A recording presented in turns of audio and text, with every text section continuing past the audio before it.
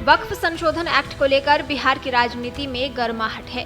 किशनगंज के जेडीयू नेता मुजाहिद आलम ने वक्फ बिल का विरोध किया है।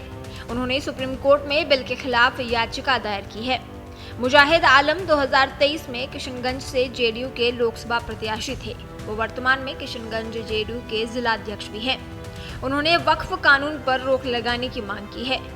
उनके वकील शाहिद अनवर ने 9 अप्रैल 2025 को सुप्रीम कोर्ट में ये याचिका दायर की। मुजाहिद आलम का कहना है कि वक्फ मुसलमानों का धार्मिक मामला है। इस्लाम में वक्फ का मतलब है अपनी संपत्ति अल्लाह के नाम पर दान करना। वक्फ करने वाले को वाकिफ कहते हैं। वाकिफ अपनी संपत्ति जिस काम के लिए दान करता है उसकी आमदनी उसी काम में खर्च होनी चाहिए। मुजाहिद आलम के अनुसार सरकार ने जो कानून बनाया है उसकी कुछ धाराएं धार्मिक मामलों में दखल देती हैं। उनका कहना है कि किसी भी धार्मिक ट्रस्ट और बोर्ड में दूसरे धर्म के लोग सदस्य नहीं हो सकते, लेकिन जो कानून पास हुआ है उसके अनुसार सभी वक्फ बोर्ड और सेंट्रल वक्फ काउंसिल में कम से कम 2 सदस्य गैर मुस्लिम होने चाहिए।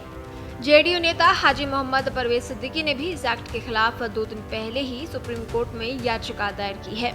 उन्होंने ऐसा इसलिए किया क्योंकि वे इस कानून से सहमत नहीं है। उनका मानना है कि ये कानून सही नहीं है। केंद्र सरकार ने वक्फ अधिनियम 2025 को 8 अप्रैल 2025 से लागू कर दिया है।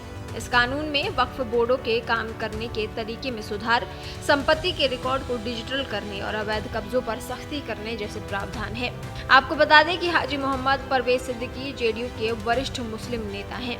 वे राष्ट्रीय अल्पसंख्यक आरक्षण मोर्चा के राष्ट्रीय अध्यक्ष भी हैं। उन्होंने खुलकर कहा है कि वे इस कानून के विरोध में हैं। वे अपनी पार्टी के रुख से भी सहमत नहीं हैं। उन्होंने कहा था कि मैं लंबे समय से जेडीयू के लिए जमीन से जुड़कर काम कर रहा हूं, लेकिन समझ नहीं आ रहा कि नीतीश कुमार ने किन परिस्थितियों में वक्फ संशोधन एक्ट का समर्थन किया, जबकि हमने खुद मिलकर उन्हें अपनी राय से अवगत कराया था। केंद्र सरकार ने वक्फ अधिनियम 2025 को आधिकारिक तौर पर लागू कर दिया है। ये कानून संसद के दोनों सदनों से पास हो गया है। राष्ट्रपति ने भी इसे मंजूरी दे दी है। इसके बाद ये कानून लागू हो गया है। इससे वक्फ से जुड़े कानूनों में कुछ बदलाव हुए हैं। केंद्र सरकार की ओर से जारी सूचना के अनुसार वक्फ संशोधन अधिनियम 2025 8 अप्रैल 2025 से लागू हो गया है।